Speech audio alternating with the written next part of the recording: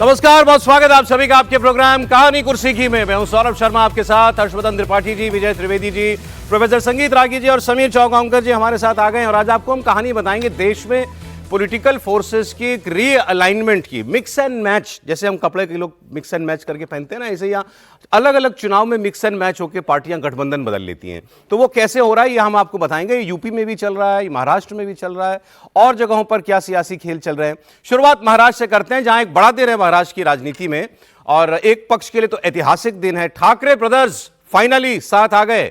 BMC का चुनाव साथ में मिलकर लड़ेंगे। आज एक साथ प्रेस कॉन्फ्रेंस की है, कहा आगे भी हम साथ में रहेंगे।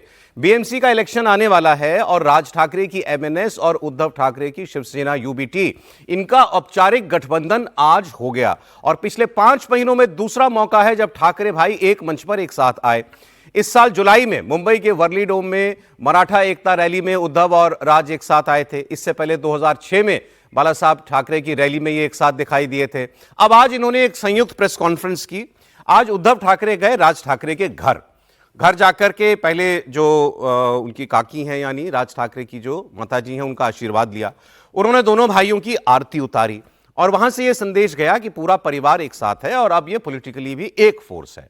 और यह भी कहा गया वहां से कि दिल्ली से मुंबई को कंट्रोल करने की कोशिश हो रही है, दिल्ली के सामने झुकना नहीं है। यह शिंदे सेना के लिए था।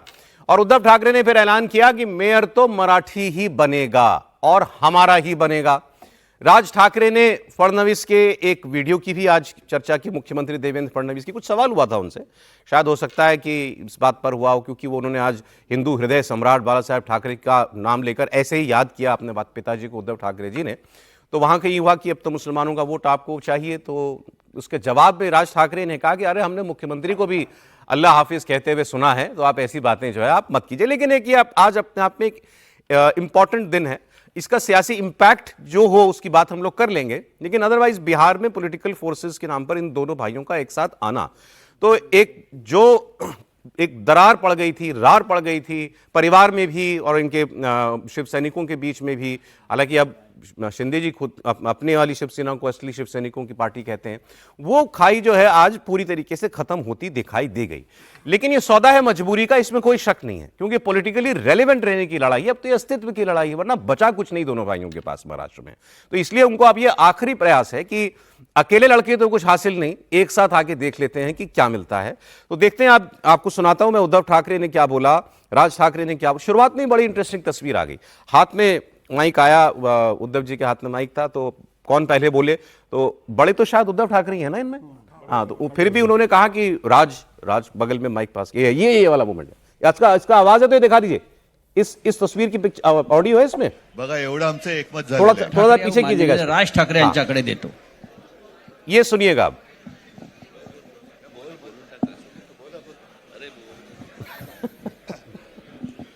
बघा एवढं आमचं एकमत झालेलं आहे। ठाकरे माननीय कह रहे हैं हम इतने एक मत हो गए हैं, मैं बोलूं ये बोले कोई फर्क नहीं पड़ता। तो हाँ, लखनऊ में भी ऐसा चल रहा है। पहले आप हो गया वहां। मुंबई में तो ये आदत नहीं। लेकिन राज ठाकरे जी ने कहा कि आप बोलो, तुम बोलो। तो फिर उन्होंने कहा कि हम बिल्कुल एक मत हो गए। अब सुनिए जरा बातें क्या हुई वहां। विधानसभेच्या वेळेला भारतीय जनता पक्षाने जो एक अपप्रचार केला होता, बटेंगे तो कटेंगे, तसंच मी मराठी माणसाला सांगतोय की आता जर का चुकाल तर संपाल, आता जर का फुटाल तर पूर्णपणे संपून जाल। म्हणून परत एकदा तुटू नका, फुटू नका आणि मराठीचा वसा टाकू नका, हाच एक संदेश मी आमच्या आज दोघांच्या युतीच्या निमित्ताने संपूर्ण महाराष्ट्राला देतो आहे। आणि मला खात्री आहे की मराठी माणूस हा सहसा कोणाच्या वाटेला जात नाही, पण त्याच्या वाटेला जर का कोणी आलाच तर त्याला परत जाऊ देत नाही। फिर वह माइक लिया राज ठाकरे ने। उन्होंने कहा कि देखें हम भाई साथ आ गए हैं और अब कौन कितनी सीटों पर लड़ेगा ये इंपॉर्टेंट नहीं, और वो भी हम आपको बता देंगे। लेकिन वो बात हम आज नहीं करने जा रहे। आज आपको बस हमें ये बताना था कि हम दोनों अब एक साथ हैं।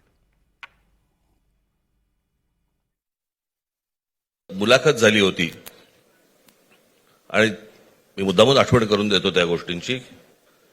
आणि त्या मुलाखतीमध्ये मी असं म्हटलं होतं की कुठल्याही वादापेक्षा आणि भांडणापेक्षा महाराष्ट्र मोठा आहे। किती जागा लढवणार, आकडा काय, हा नाही सांगणार तुम्हाला.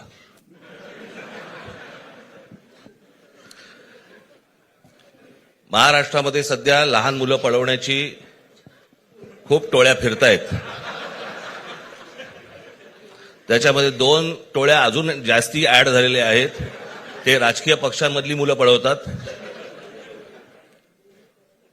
आणि जे निवडणुका लढवणार आहेत त्या लढवणाऱ्या सर्व उमेदवारांना दोन्ही पक्षांकडनं उमेदवारी दिली जाईल. ती कधी भरायची, केव्हा भरायची ते आपल्याला कळवलं जाईल. आज फक्त आपल्या समोर एकच गोष्ट मी आपल्याला सांगू इच्छितो की बरेच दिवस ज्याची प्रतीक्षा महाराष्ट्र करत होता ती शिवसेना आणि महाराष्ट्र नवनिर्माण सेनेची युती झाली हे आज आम्ही आपल्याला जाहीर करत आहोत. तो आज हम इस बात की घोषणा कर रहे हैं कि हम साथ में आ गए हैं दोनों. मुंबईचा महापौर मराठी होणार आणि तो आमचाच. मुंबई का महापौर मराठी होगा और हमारा ही होगा.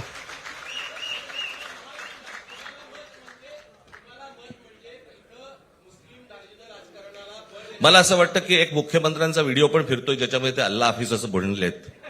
एक मुख्यमंत्री का बरोबर वीडियो भी तर या गोष्टी जिसमें त्यांनी वो अल्लाह थांबवू की तारीफ कर रहे नयेत. हैं. माझ्याकडे खूप व्हिडिओज आहेत. एक बाकी तो हमने थोड़ा ट्रांसलेशन समीर जी से कराया आज हमने. क्या बात हो, क्या इनका राज ठाकरे ने क्या बोला एग्जैक्टली? देखिए, राज ठाकरे तो बेसिकली राज ठाकरे से पूछा गया था, एक पत्रकार ने पूछा था कि भाई उद्धव के खिलाफ आपने इतना बोला, लंबे समय अलग रहे, अब साथ में आए तो क्या इसे समय की मांग माने? तो उन्होंने कहा था वो सब बातें बाद में होंगी कि हम साथ में क्यों आए, फिलहाल महाराष्ट्र को और मुंबई को बचाना है और ये समय की मांग है और इसलिए हम साथ में लौट कर आए. देखिए, अब अगर देखा जाए तो ये तो डूबते को तिनके का सहारा है. मुझे लगता है कि दोनों भाई डूब रहे थे तो अब एक दूसरे को एक तिनके का सहारा लेकर चले. और अभी जो नगर परिषद नगर पंचायत के जो चुनाव हुए 288 सीटें, उसमें से 207 सीटें महायुति ने जीती है और सिर्फ उद्धव ठाकरे को 7 सीटें मिली है. मनसे का खाता भी नहीं खुला है. तो 288 से 7 सीटें जीतने वाले उद्धव ठाकरे मनसे के साथ आने के लिए मजबूरी थी दोनों की. और अगर महाराष्ट्र अगर देखेंगे, अगर मुंबई का बीएमसी का देखेंगे तो मुंबई के अंदर 6 लोकसभा सीटें आती है, 36 विधानसभा सीटें आती है और 227 वार्ड आते हैं बीएमसी के अंदर. अब इनको ये लग रहा है कि अगर हम विधानसभा चुनाव बुरी तरीके से हार चुके हैं, पंचायत के चुनाव बुरी तरीके से हार चुके हैं, अगर बीएमसी जो 1996 के साथ उद्धव ठाकरे के पास लगातार रही है, अगर वो निकल जाती है हाथ से, और सबसे बड़े कमाई का मतलब कमाई पुत तो बीएमसी रही है 45 अभी तो, लेकिन अभी मेयर है कोई नहीं, अभी मेयर नहीं. 2017 में इनका बना था मेयर, उसके बाद चुनाव नहीं हुए. 3 साल में चुनाव, 2022 में चुनाव होने थे, वो हुए नहीं चुनाव. कमिश्नर के अंडर था, लेकिन अभी बहुमत इनके पास है. अभी बहुमत इनके पास था वहां पर. अच्छा. कुछ विधायक टूटकर एकनाथ शिंदे के पास चले गए थे, लेकिन चूंकि सबसे बड़ी कमाऊपुत बीएमसी रही है तो अब इनको लग रहा है कि बीएमसी फिर हमारे पास लौट कर आए तो आर्थिक साम्राज्य में हम कब्जा करेंगे. लेकिन हम समस्या बड़ी ये है कि आज अगर मुंबई का आप गणित देखेंगे तो 40% मराठी वोटर है, 40% उत्तर भारतीय वोटर है. उत्तर भारतीय वोटर में गुजराती भी है और दक्षिण के लोग भी है और 18 से 20% करीब मुस्लिम वोटर्स है. तो क्या राज ठाकरे को साथ लेने के बाद उद्धव ठाकरे इस बात का भरोसा करते हैं कि जो विधानसभा चुनाव के समय कांग्रेस के रहते उनके पास मुसलमान वोटर आए थे, वो मुसलमान उनके साथ रहेंगे? क्या उत्तर भारतीय वोटर जो उनके साथ जुड़े थे वो राज ठाकरे के उत्तर भारतीयों को मार के भगाने के बाद क्या उत्तर भारतीय वोटर उद्धव ठाकरे के पास रहेंगे? तो उद्धव ठाकरे और राज ठाकरे का पूरा फोकस 40% मराठी मानुस के ऊपर है कि 40% मराठी मानुस को हम लो और उत्तर भारतीय के कुछ वोट लेकर हम वहां पर सरकार बनाने की स्थिति में आएंगे. भाई लड़ना तो सर, लेकिन इनको अभी बीजेपी से ही है ना. मुसलमान बीजेपी वोटर और सबसे कहाँ बड़ी जाएगा? ताकत जाएगा बीजेपी और एकनाथ शिंदे सबसे बड़ी ताकत है. अगर आप विधानसभा चुनाव में वोट परसेंट देखेंगे तो राज ठाकरे और उद्धव ठाकरे का मिलाकर जो वोट परसेंट है वो आज जा रहा है 30% करीब और उधर एकनाथ शिंदे और बीजेपी का वोट परसेंट है 46% है. 16% का वोट बैंक का फर्क है और भारतीय जनता पार्टी आज घर घर की पार्टी बन गई. मराठियों का एक बड़ा वोट भारतीय जनता पार्टी के साथ है. ये पार्टी के लोकसभा चुनाव में 6 सीटों में से 3 सीटें उद्धव को मिली थी, एक बीजेपी को, एक कांग्रेस को और एक शिवसेना को मिली थी. लेकिन विधानसभा चुनाव में भारतीय जनता पार्टी को गठबंधन को 22 सीटें मिली है. मोटी बात आपने बताई, ये तिजोरी है बीएमसी जिसके लिए साथ है. ये हारे तो तिजोरी में गई. बिल्कुल ओके. अच्छा, लेकिन महायुति में सब कुछ ठीक चल रहा है ऐसा भी नहीं है. वहां पेच फंसा हुआ है. बीजेपी, शिंदे सेना, अजीत पवार इनको लेकर के ये एक रीअलाइनमेंट हुई. कल देर रात एकनाथ शिंदे और रविंद्र चव्हाण के बीच एक मैराथन बैठक हुई. 5 घंटे की मीटिंग चली और दोनों ने निकाय चुनाव को लेकर सीट बंटवारे पर बात की. बीएमसी के चुनाव को लेकर बीजेपी और एकनाथ शिंदे में 180 सीटों को लेकर सहमति बन गई, लेकिन बाकी 40 सीटों पर अभी भी सहमति नहीं है. दूसरी तरफ जो ये तो भाई भाई थे, वहां चाचा भतीजे क्या कर रहे हैं? पुणे और पिंपरी चिंचवाड़ के अपने गढ़ को बचाने के लिए अजीत पवार और शरद पवार ये दोनों भी हाथ मिला सकते हैं, वहां भी एक बैठक होनी है। तो मतलब ये लोकसभा में एक तरीके से लड़ेंगे, विधानसभा में उसी तरीके से लड़ेंगे, लोकल इलेक्शन अपने अपने लोकल तरीके से लड़ेंगे, क्योंकि बिल्कुल समीकरण जो है वो बदल जाते हैं। तो ये आपको कांग्रेस ने ये तय कर लिया है कि हम इस बार अकेले जाएंगे इलेक्शंस में। सर देखिए, चुनाव जो है ना, अक्सर हम मानते हैं कुंभ के मेले की तरह है जहां भाई बिछड़ जाते हैं, लेकिन चुनाव में मिल भी जाते हैं। परिवार मिल भी रहे हैं चुनावों की वजह से, वो राज ठाकरे हों, उद्धव ठाकरे साहब हों, अजीत पवार, शरद पवार गुट हो, वो भी मिल रहे हैं। शिंदे जी बीजेपी के साथ थोड़ा सा टसल चल रही थी पहले, अब वो भी सब साथ मिलकर चल रहे हैं। ये तिजोरी है 70,000 करोड़ का मामला है बीएमसी का। 70,000 करोड़ का बजट है, एशिया की सबसे बड़ी म्यूनिसिपल कॉरपोरेशन है जिसका बजट है 70,000 करोड़ रुपए। और वहाँ पर उद्धव ठाकरे और राज ठाकरे के पास मराठी मानुस का, जैसे अभी समीर जी ने जिक्र किया, दोनों मिला के मराठी और मुस्लिम 93 सीट्स हैं जिन पर डोमिनेंस है जी। तो वो अभी का में 224 के मुकाबले देखा जाए तो 93 सीट्स हैं मराठी और मुस्लिम की, जिसको इन लोगों ने मामू फैक्टर कहा है, मराठी और मुसलमान। अच्छा, तो वो मामू फैक्टर है, तो मामू फैक्टर से वो चुनाव जीतना चाहते हैं। लेकिन भारतीय जनता पार्टी ने काफ़ी पकड़ वहाँ की है, और न केवल उत्तर भारतीय बल्कि मराठी भी उनके साथ है, गुजराती भी उनके साथ है। गुजराती का बड़ा एक इलाका है, कांदीवली का, बोरीवली का, वहाँ पर बहुत बड़ी संख्या में गुजराती हैं। तो भारतीय जनता पार्टी इस समय सबसे बड़ी पार्टी है, और उनको बहुत लंबे समय से उम्मीद है कि बीएमसी में हमारा कब्जा हो जाए, नहीं तो कम से कम एक बड़ा बहुमत उनके पास आ जाए। अब ये दोनों मिलकर क्या ऐसी मजबूरी को आप जिसे कहते हैं राज ठाकरे और वो मिलकर, क्योंकि राज ठाकरे उत्तर भारतीयों भी उनके साथ नहीं आएंगे राज ठाकरे के, और मुसलमानों को राज ठाकरे साथ लेंगे कि नहीं लेंगे, या वो उनके साथ आएंगे। मुसलमानों को तो बीजेपी को हराना है ना, बीजेपी कांग्रेस अलग लड़ रही है, लेकिन कांग्रेस भी लड़ रही है ना, और पार्षद तो वहाँ पर इंडिपेंडेंट तो डिवाइड होगा, डिवाइड भी मुस्लिम हो सकता है, कि जरूरी नहीं है कि 100% वोट उद्धव ठाकरे और उनके साथ ही जाए। और राज ठाकरे साहब को आप जानते हैं, उनके साथ मुसलमान का जाना भारतीय जनता पार्टी के साथ जाने से अरे इस पे संजय राउत ने बड़ी मजेदार बात कह दी। उन्होंने कहा कि बिहार और कर्नाटक में तो मराठी पीटे जा रहे हैं, तो उसके बारे में कोई मुख्यमंत्री बोले तो मैं तो बिहार में सोच रहा था कितने मराठी होंगे, और मराठी कहाँ बिहार में पीटे गए, कौन उनको पीट रहा है। लेकिन उन्होंने जवाब देना था तो दे दिया। शिंदे जी जो है ये दबाव बना रहे हैं कि मुझे ज्यादा सीटें दो, ये लगभग बराबरी की बात, सीटों की डिवीजन चाहते हैं, कम 5-10 कम बीजेपी से 112 मांग रहे हैं, राइट। और ये कह के दबाव बना रहे हैं कि देखिए जब मुंबई में लड़ाई होगी तो वो शिवसेना वर्सेस शिवसेना लड़ाई होगी। तो यहां आप हमको जो है कम मत आंको, मुंबई में हमें कम मत आंको, यहां टक्कर मेरी ठाकरे से मेरी टक्कर है। तो बीजेपी को लेकिन फिर भी लगता है बीजेपी को अब बीजेपी ने बहुत सैक्रिफाइस किया बीएमसी के इलेक्शन में, क्यों समीर जी, हमेशा शिवसेना को आगे रखा। अब उनको लगता है जब फाइनली हम उससे एक तो उस गठबंधन से हम अलग हुए, अब हम फिर से जो है छोटा भाई क्यों बन जाऊं। 17 में तो बीजेपी अपना मेयर बना सकती थी, बीजेपी के थे, 84 शिवसेना के लड़के। एक इंटरेस्टिंग चीज आपको बताता हूं मैं, क्योंकि आज जब ये प्रेस कॉन्फ्रेंस शुरू हुई तो उद्धव ठाकरे ने अपने ओपनिंग रिमार्क्स के अंदर मुंबई की खूब बात की, याद दिलाया कि संयुक्त महाराष्ट्र के लिए, मुंबई को महाराष्ट्र में रखने के लिए कितनी कुर्बानियां मेरे अपने परिवार ने दी। मेरे दादाजी उसके जो है सबसे पहले स्वतंत्रता सेनानी एक किस्म के थे, महाराष्ट्र के थे, तो वो वहां से आते आते उन्होंने बात की कि मुंबई को हम अलग नहीं होने देंगे। तो मुंबई को लेकर के एक सर्वे आया है अभी, वो मैं आपको बता देता हूं। ये सर्वे किया है Tata institute of social sciences ने, टिस ने, इनके जनसांख्यिकी डिपार्टमेंट का ये सर्वे है, जिसने ये कहा है कि 2051 तक, आज से 25 साल के बाद, मुंबई की आबादी 54% से कम रह जाएंगे हिंदू, 30% से ज्यादा हो जाएंगे मुसलमान, ये इनका कहना है। और उन्होंने कहा कि ये सारा परिवर्तन जो हो रहा है, ये परिवर्तन घुसपैठ की वजह से हो रहा है, इलीगल बांग्लादेशी और रोहिंग्याओं के जो वहां पर कागज बना दिए जा रहे हैं उसकी वजह से ये हो रहा है। अब एक कंपैरिजन के लिए ये कह रहे हैं कि 1961 में मुंबई की आबादी में 88% हिंदू थे, और 2051 तक जाते जाते बताया जा रहा है कि 54% के नीचे जो है वो हो जाएगी। और कोई भी मुंबई जाता है वो इसको महसूस करता है। सर देखिए, कहीं और जाने की आपको आवश्यकता नहीं है, आप सिर्फ इंडिया गेट चले जाइए रात में, और फिर आपको पता लगेगा कि जब आप 2001 या 2002 के आसपास जब हम लोग मुंबई जाते थे, मैं तो उतना मुंबई नहीं घुमा हूँ, बहुत ज़्यादा नहीं जाता रहा हूँ, लेकिन बीच बीच में कभी कभी कॉन्फ्रेंस वगैरह के लिए मुंबई यूनिवर्सिटी जाना पड़ता था, तो इंडिया गेट बड़ा गेटवे ऑफ इंडिया हमेशा आदमी को चला जाता है वहाँ पे। गेटवे ऑफ इंडिया पर यदि आप देखेंगे, शाम का आप नज़ारा देखेंगे तो आपको पता लगेगा कि क्या डेमोग्राफी में परिवर्तन आया है। दूसरी बात, यदि शिवसेना में यदि टूट नहीं हुई होती तो आज दोनों भाइयों का ये जो भरत मिलन समारोह हो रहा है वो भी नहीं हुआ होता। तीसरी बात, जो मराठी अस्मिता का सवाल है, मुझे नहीं लगता है कि आज के दिन में मराठी अस्मिता और ठाकरे परिवार की अस्मिता दोनों एक साथ खड़ी है, एक में मिली हुई है। यानी कि मराठी मानुस, मराठी अस्मिता अब अपने आप को ठाकरे परिवार से जोड़ने के लिए तैयार नहीं है। क्योंकि एक समय था जब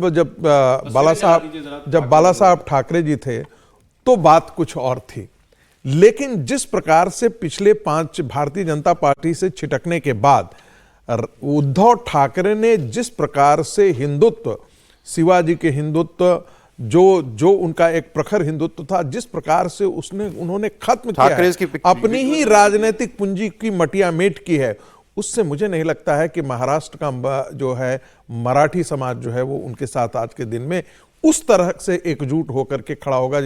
पहले भी ऐसा था कि सारे जितों हमको एक ऐसा लगता था कि महाराष्ट्र के अंदर जो है वो ठाकरे परिवार से पूरा का पूरा मराठी मानुस जुड़ा हुआ है, ऐसी बात नहीं, पहले भी नहीं था, क्योंकि सारे ऐसे कॉरपोरेशन ऐसे तो थे नहीं कि जो उन्हीं के पास थे, लेकिन आज वो बहुत हद तक सिमट गया है। मुझे नहीं लगता है कि इससे कोई बहुत ज्यादा अंतर आने वाला है चुनाव। यूपी की खबर आपको बताता हूं, यूपी में बहुत ही मजेदार चीज हो रही है। एक नजर से देखिए तो मजेदार, दूसरे नजरिए से देखें तो बड़ी निराशाजनक। विधानसभा का शीतकालीन सत्र चल रहा है, आज उसका अंतिम दिन है शायद, और योगी जी थोड़ी देर में भी बोलने भी वाले हैं, लेकिन एक बैठक की चर्चा हो रही है वहां पर। लखनऊ में बीजेपी के ब्राह्मण विधायकों ने मिलकर एक मीटिंग की। ब्राह्मण, केवल ब्राह्मण विधायक। ये एक विधायक हैं पंचानंद पाठक जी, इनके घर पर 40 ब्राह्मण विधायक जुटे और ब्राह्मणों की आवाज उठाने को लेकर इस बैठक में बात हुई कि बोलेंगे हमारी राजनीतिक ताकत जो है वो कम हो रही है, हम उसको जो है झंडा बुलंद करना चाहते थे। पूर्वांचल और बुंदेलखंड के ज्यादातर ब्राह्मण विधायक इस बैठक में थे। मीटिंग कुशीनगर के बीजेपी विधायक पीएन पाठक के घर पर हो रही थी। खास बात यह कि कुछ दूसरे दलों के ब्राह्मण विधायक भी इस मीटिंग में आए थे और बताया जा रहा है कि ब्राह्मणों की अनदेखी, ये इस बैठक में काफी इस पर चर्चा हुई। और अब याद कीजिए, इसी साल 11 अगस्त को बीजेपी के ही ठाकुर क्षत्रिय विधायकों ने ऐसी एक मीटिंग की थी, उसमें भी दूसरे दलों के क्षत्रिय विधायक आए थे। उन्होंने एक अपना कुटुंब नाम से व्हाट्सएप ग्रुप भी बना लिया था। अब इन ब्राह्मण विधायकों ने मीटिंग की। अभी तो ये कह रहे हैं हम ऐसे ही मिले थे, एसआईआर की बात कर रहे थे, चुनावों की बात कर रहे थे। ये भी कहा कि ये कोई ठाकुर लॉबी को जवाब नहीं था हमारा, लेकिन मिले तो सिर्फ ब्राह्मण ही। सुनिए जरा जिनके घर हुई मीटिंग, पीएन पाठक जी, उन्होंने क्या कहा। विधायक जी, कुटुंब भोज हुआ है, ब्राह्मण भोज हुआ है या खाली बैठक हुई है? सहभोज हुआ है और ऐसी कोई बात नहीं है। सभी भाई लोग बैठे, चर्चा हुई, भोजन हुआ और कोई विषय है ही नहीं है। चर्चा क्या हुई? आपसी बात हुई, क्षेत्र के विकास के बारे में, एसआईआर के बारे में ही सब चर्चा चली है। माना ये जा रहा है कि जो ठाकुरों की एक बैठक हुई थी, क्या उसके जवाब में ये उससे संबंधित कुछ ऐसा नहीं है। सभी मित्र लोग बैठे थे, परसों तय हुआ कि भाई कोई लिट्टी बाटी चोखा कोई खिलाए, हमने चलिए भाई अपने वहाँ हमारे पास जगह भी है, चलिए भोजन होगा यहाँ। ऐसी कोई बात नहीं है। इंडिया टीवी के दर्शक आपसे जानना चाह रहे हैं, चूंकि आप ही के यहाँ ये कल बैठक थी, पता लगा कि पत्नी जी का शायद जन्मदिन था, उस मौके पर सब लोग आए। कुछ भी नहीं है। अच्छा। गलत लोग कह रहे हैं किसी का जन्मदिन था, शुद्ध रूप से सहभोज था, ऐसी कोई बात नहीं। मान लें जन्मदिन था भी तो उसमें भी केवल ब्राह्मण विधायकों को ही बुलाना था। देखिए, बताया ये जा रहा है कि मीटिंग इस चिंता पर बुलाई गई थी कि जाति आधारित राजनीति में ब्राह्मण समुदाय की आवाज को धीरे धीरे किनारे किया जा रहा है, ब्राह्मण मुद्दों को पर ध्यान नहीं दिया जा रहा और ब्राह्मण पिछड़ रहे हैं। ये इस मीटिंग में चर्चा हुई, ऐसी बातें कही जा रही। शिवपाल जी जो दूसरी तरफ है, समाजवादी पार्टी के बड़े नेता हैं, उन्होंने कहा कि ब्राह्मण लोग परेशान ना हो, बीजेपी के ब्राह्मण परेशान ना हो, हमारे यहाँ आए, हम पूरा सम्मान देंगे। आप लोगों के द्वारा ही पता चला था, पिछले सत्र में भी किसी वर्ग की मीटिंग बुलाई गई थी और फिर बुलाई गई है। तो ये भारतीय जनता पार्टी के लोग जात में बांटते हैं। हम तो कहेंगे ब्राह्मण समाज की अगर मीटिंग हुई है, सब हमारे समाजवादी पार्टी में आए, सबको सम्मान मिलेगा। त्रिपाठी जी, हो क्या रहा है? ये पहले ठाकुर मिलते हैं, ब्राह्मण मिलते हैं, तो अलग अलग बना देना, ये ब्राह्मण बीजेपी, ये ठाकुर बीजेपी, क्यों? देखिए, ये सुनने में, कहने में, देखने में अच्छा नहीं लग रहा है, लेकिन ये तो राजनीतिक दलों ने खुद ये सच्चाई तैयार की। जब आप गिनती गिनेंगे कि पिछड़े इतने, दलित इतने, ये इतने, तो फिर क्या होगा? फिर तो ये आएगा ही आएगा। जब अखिलेश यादव पीडीए कर रहे हैं, उसके जवाब में आप कह रहे हैं कि हमने कुर्मी पंकज चौधरी को इसलिए बना दिया। और उत्तर प्रदेश में ये भी चर्चा है कि एक पूर्व सांसद ब्राह्मण को अध्यक्ष तय हो गया था, लेकिन योगी जी के ऐतराज के बाद रुका। कुछ लोग कहते हैं कि अरे भाजपा में अभी स्थिति नहीं है। मैं अब जो बता रहा हूँ ये मेरा विश्लेषण नहीं है, ये विधायक सांसद जी लोगों के बीच की बात बता रहा हूँ, नाम नहीं बता रहा हूँ।